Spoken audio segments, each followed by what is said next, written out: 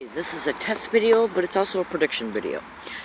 It's a test video in reference to what I'm doing right now with this new phone. I literally bought it 3 days ago, today being the third day, and since it's still late morning, you can consider basically 2.5 days. And well, let me just put it to you this way.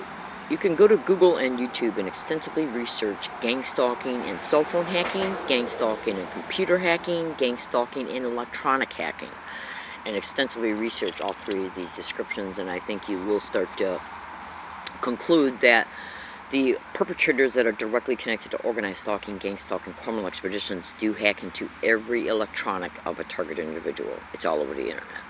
So I had to buy this new phone because my Boost mobile phone was being hacked like you would not believe in this last 30 days, which I made predictions in several different audio files throughout the last 30 days that there was a great likelihood that this was going to occur.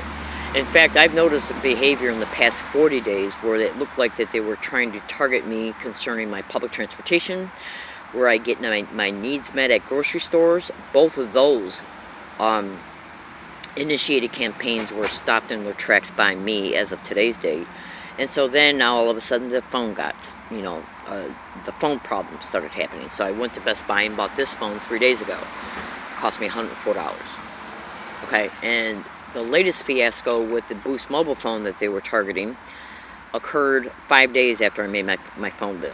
Now, let me tell you something about organized stalking, gang stalking perpetrators. They're wild, demented animals. They don't give two shits about what they're doing in any way, shape, or form. They're absolute animals. Okay, so they don't give a shit about what they're doing to you.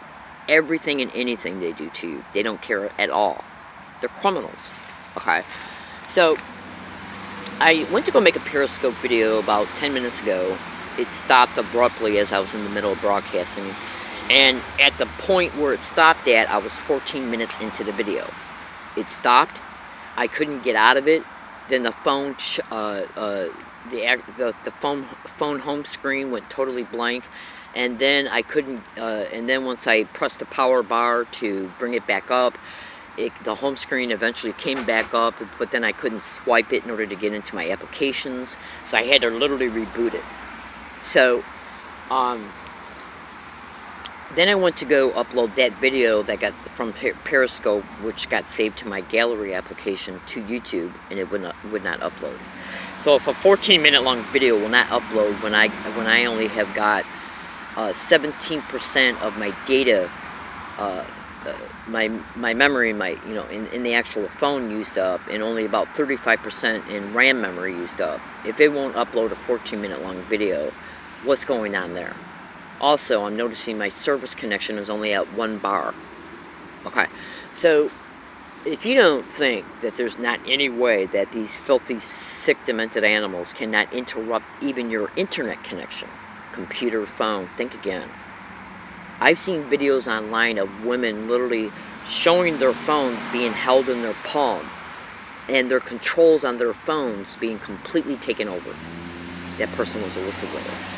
It literally shows she was holding it in her palm, and her keyboard kept coming up and down, and when it was brought up, the letters were being pushed on it.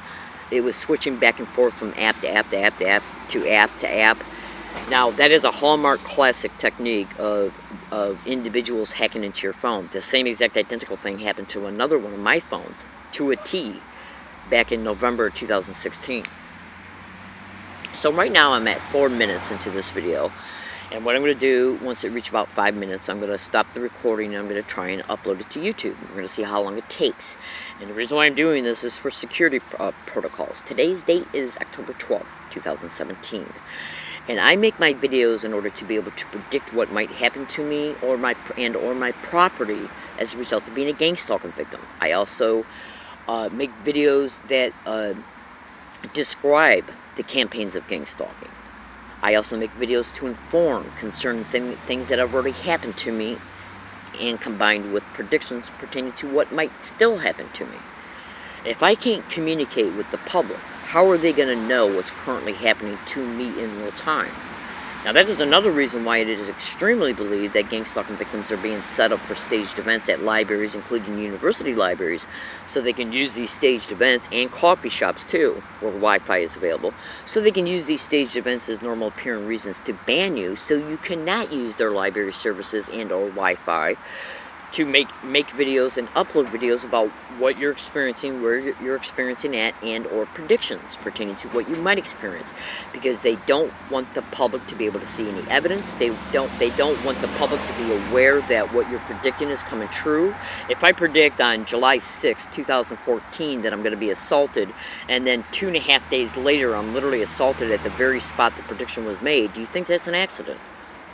Now, since cyber surveillance is a method of gang stalking, they know you're using the internet for these reasons. And then it starts to become outwardly apparent and transparent that this is a crime that's being covertly managed and achieved through GPS tracking and covert physical surveillance. They got to know where you're at to prop up a staged assault, a staged arrest, a staged ticket, an event that brings about a staged arrest or ticket. They don't want that information online because it shows the public that this crime is being intentionally perpetrated through illegal means. So if they can take away your ability to be able to upload videos, they feel that they got that made. Yet they do it through things that you can't prove, by hacking into your phone, slowing down the data bit transfer rate. Google what I'm stating to you, and you will see truth. My name is Leslie Williams. I live in San Diego, California. And if you don't think that libraries are not involved in staged events so they can use these complaints about the target to ban a target, you can go to YouTube and type in "Learning Disabled Woman exposes UCSD library security admitting a staged complaint can cause her to be banned." Thank you for listening. This is a testing video.